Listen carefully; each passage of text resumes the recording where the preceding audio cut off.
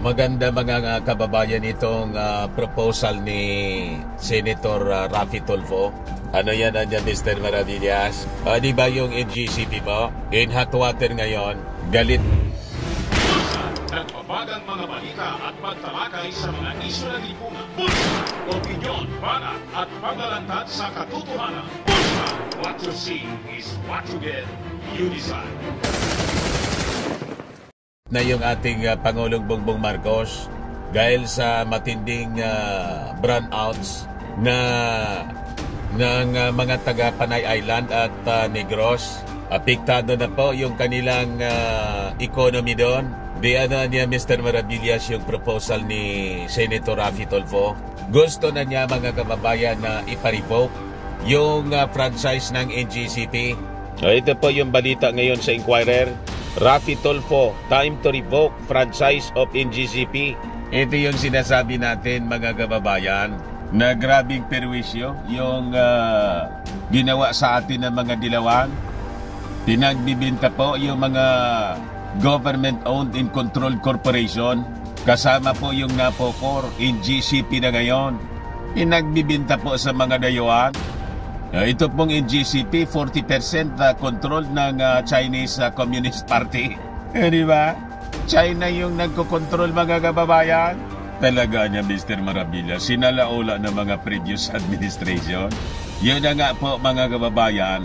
Kaya tama, we support the investigation din na isusulong po ng Congress dito po sa failure ng NGCP na maservisyohan po yung ating mga mamamayan, particularly yung mga taga Panay Island and Negros. But before ko mga kababayan ibigay sa inyo yung full story, click subscribe muna dito sa ating YouTube channel and hit the notification bell para lagi po kayong updated sa mga kaganapan dito sa ating bansa. Huwag na rin po ninyo mga kababayan na escape yung ating mga commercial ads para tuloy-tuloy lang ang pag-unlad ng bagong Pilipinas. So balik tayo sa ating topic. Itong magandang proposal po ni Raffy Tulfo. Talagang napapanahon na i-revoke po yung franchise. Bawiin natin yung proposal po ni Martin Romualdez. Gamitin natin yung Maharlika Investment Fund. So sabi po ni Raffy Tulfo, kailangan na niya na i-revoke ang franchise ng National Grid Corporation of the Philippines o itong NGCP, citing its repeated failures to stabilize the power system ng grid. So sabi niya po, panahon na niya para mas mapabilis ang pag-rerebisa at agarang pagtanggal ng franchise ng NGCP. Mahigit isang dekada na anya at kalahati na nagsasakripisyo ang ating mga mamamayan sa kapalpakan ng NGCP. Enough is enough anya, sabi po ng sabi ng senador. Sabi nga, tama na, sobra na, bawiin na, di ba? Siya kasi po ang chairperson ng Senate Committee on Energy. So nagpalabas siya ng statement after a massive power outage sa Panay Island, which the NGCP attributed to the tripping of multiple power plants. Ala po mga kababayan, hindi man nila ina-upgrade. Sige lang niya siguro Mr. Maravillas ang Cobra. Cobra lang sila ng Cobra. Sige lang ang patubo sa negosyo po. Palibasa mga Chinese. Ganyan mga kababayan ang ugali ng mga Chinese. At sabi nga natin mga kababayan, parang sinasadya po. Ikontrolado po ito ng Chinese Communist Party. 40% po ng pag-ari ng NGCP nasa kanila. The rest mga kababayan ng kapital, pag-ari pa ng mga Chinese businessmen dito sa Pilipinas. Di ba mga kababayan? Para yatang nananadya. Kasi po yung ating Pangulong Bongbong Marcos mas dumikit sa Amerika ito po yung tamang direksyon na ating dapat tahakin. Kasi alam naman po ninyo yung ginagawa ng Communist China dito sa ating West Philippine Sea. Di anya Mr. Maravillas, may relasyon ba ito sa possible disturb? Di pa natin alam. Anyway, yung Congress po magsasagawa ng investigation po dito. Pati nga po yung Senado, magsasagawa sila ng Senate inquiry. So maganda itong mga actions na kanila pong ginagawa ngayon. So sabi rito, the senator added that this was the second time that an event of this scale happened, mentioning the Panay and Negros outage on April 2023 and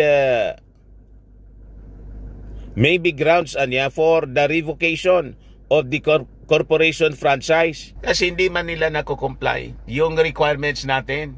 Kung hindi nila kaya na mag-supply ng enough power, di kunin na natin, bawiin natin mga kababayan. The statement also mentioned that in a report by the National Electrification Administration, Administrator Antonio Mariano Almeda, power in Panay Island is expected to be restored by Friday midnight. Kagabi, kasi po nagalit na yung ating Pangulong Bongbong. The Senate investigation on the alleged lapses of the NGCP is set for January 10. So tama po ito, gisahin po ninyo, Senator Raffy, para magkaalaman na, di ba? At pag hindi nila na ipalamanag ng maayos, tama lang na you recommend for the revocation ng franchise. Maging yung Department of Energy natin, mga kababayan, suportado yung congressional inquiry on Panay Island blackout.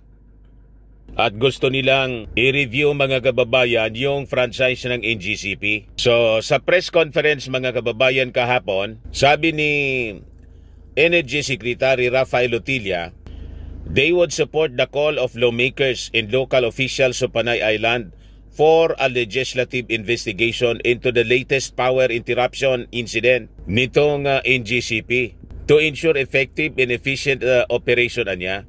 Sabi ni Lutilla na yung DOE niya will recommend to Congress to review the separation and transfer of the system's operation function from NGCP and focus on the transmission network provider function. Ipopos po din ng DOE ang pag-review ng authority of the ERC to impose administrative penalties on the transmission concessionaire of 2 million pesos per day of violation or non-compliance with regulatory rules, or 1% of the cost of the delayed project based on the ERC-approved project cost.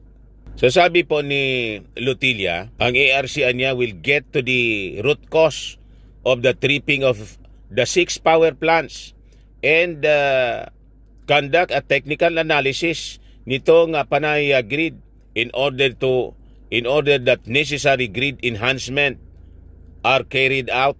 We assure the public that the government will consider and take all other steps necessary to ensure that the problems encountered are avoided in Panay and elsewhere in the country.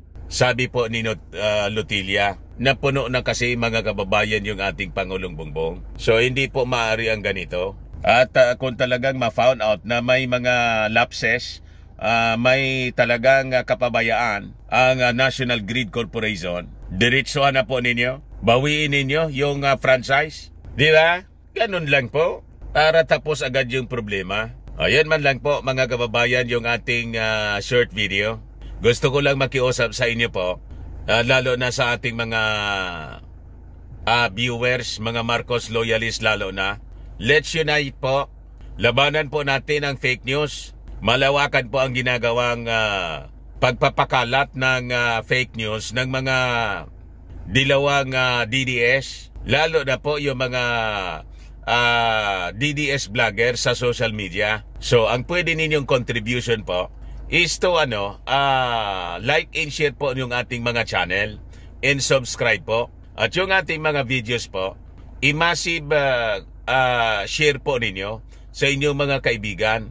That way, marami tayo po na mare-reach out at mababasag natin, mga kababayan, yung mga kasinungalingang pinapakalat ng mga fake news peddlers. So lalo na po yung ating channel na Bullseye News on the Go. Yun po kasi yung ating main channel. Yung dating channel natin kasing malaki, yung Dante Talks po, na-delete yun.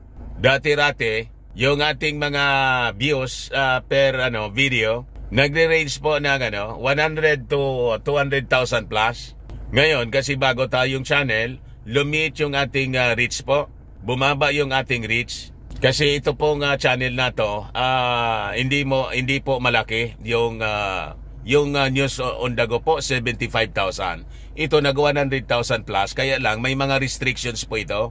So yun ang ating pakiusap. Yung main channel natin na Bullseye News on the Go, i-viral po ninyo para tumaas yung ating engagement. Ayos po mga Marcos loyalist, tulong-tulong po tayo. Kasi yung mga fake news peddlers, nagkakaisa na po sila. Sige po yung pakalat nila ng fake news para i-destabilize po yung ating administrasyon. Ayan man lang po mga kababayan. Bye-bye. God bless.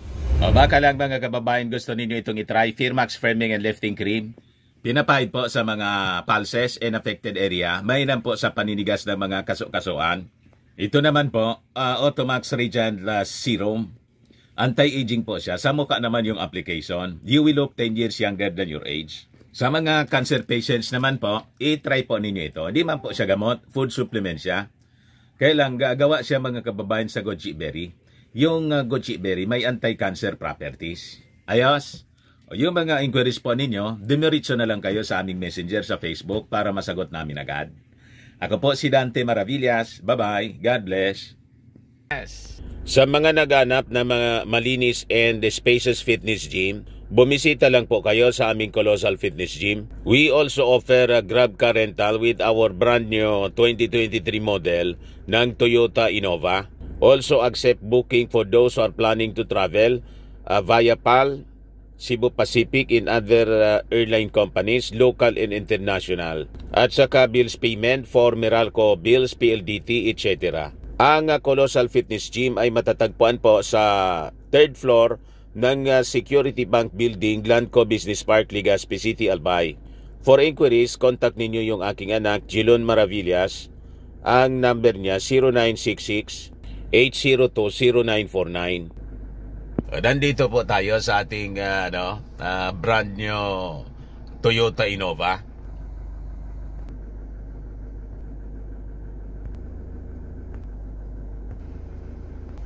Ayos pa mga kababayan, ayos na niya Mr. Maravilla.